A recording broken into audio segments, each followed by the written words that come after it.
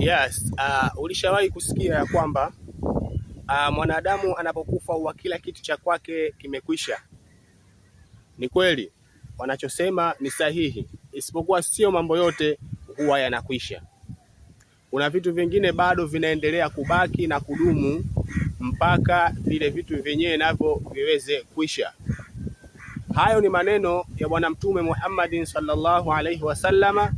Leo naamua kukumbushana, lengo la makusudio kila mtu aweze kufahamu, kwa sababu mtume huyo huyo amesema, balighu anni walau aya, nifikishieni kwa watu, fikishieni kwa niaba yangu mimi japo aya moja.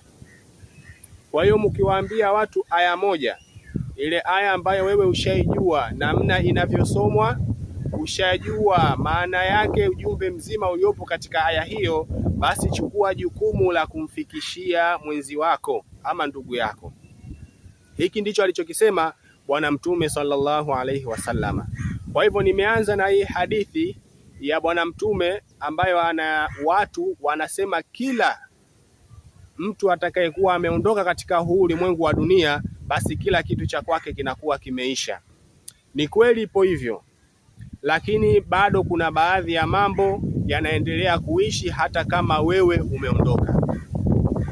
Bwana Mtume anasema katika hadithi nyingine, na ndiyo niliyoikusudia leo hii kuwafikishia, anasema idha mata ibnu adama inqata'a amaluhu illa min thalathin, mwanadamu atakapokuwa amekufa na kuondoka katika huu ulimwengu wa dunia, hayupo tena, basi mambo yake yote yanakuwa yamekwisha, isipokuwa mambo matatu yanakuwa hayo hayaishi mpaka yale mambo yenyewe nayo yawe yameisha.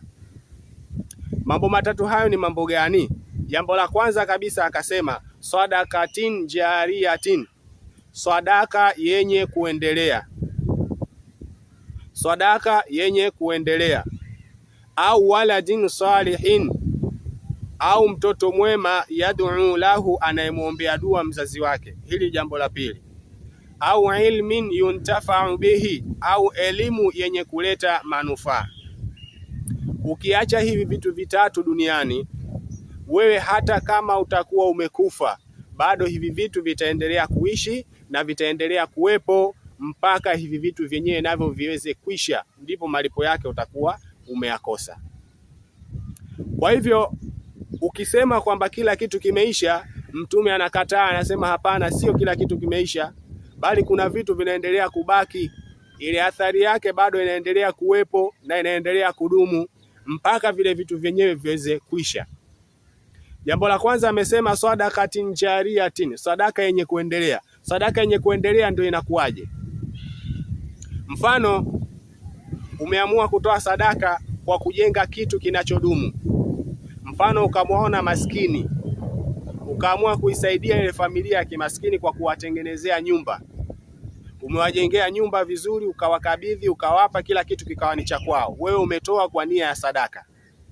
Ile nyumba kila wanavyoendelea kuishi wale watu, basi wewe thawabu zake unazipata ukiwa hai, na hata ukiwa umekufa bado thawabu zitaendelea kukufata huko huko ulipo. Mwenyezi Mungu atakupa yale malipo yako. Kwa hiki ni kitu cha kwanza, ndiyo maana ya sadaka inayoendelea, sadaka inayodumu, inayoendelea kuishi. Sawa. Jambo la pili akasema au ilmin yuntafa'u bihi, au kamfundisha mtu elimu yenye kumletea manufaa. Sio elimu ya kitu kibaya, umemfundisha kuiba, umemfundisha mambo mabaya, alafu ukasema nimemfundisha mimi, ukajisifia ukaona kwamba hiko kitu kina manufaa. Hapana, hakina manufaa, bali elimu yenye kuleta manufaa kwake yeye. Alikuwa hajui kusoma, ukamfundisha kusoma, ukamfundisha kuandika, kupitia elimu yake ile akaenda akaajiriwa, akapata kazi, akawa anapata riziki, kipato cha halali, basi wewe utapata malipo yako. Ukawa umemfundisha elimu ya dini, hajui kufanya ibada, akawa anajua kufanya ibada vizuri kupitia elimu hiyo, basi na wewe utaendelea kupata.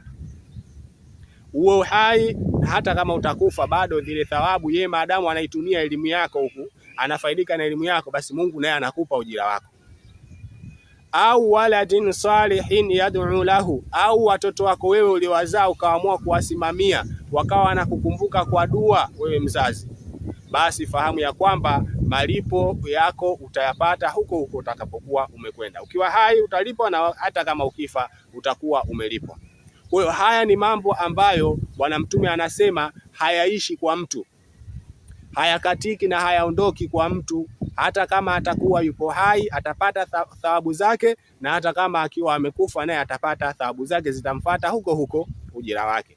Kwa hiyo mtu akishakufa sio kila kitu kinaondoka, bali baadhi ya mambo au mambo mengi yanakuwa yamekatika katika mgongo huu wa ardhi, isipokuwa haya mambo matatu. Lakini kama ataamua kuwekeza katika mambo haya, basi hayo yatamfuata huko huko alipo.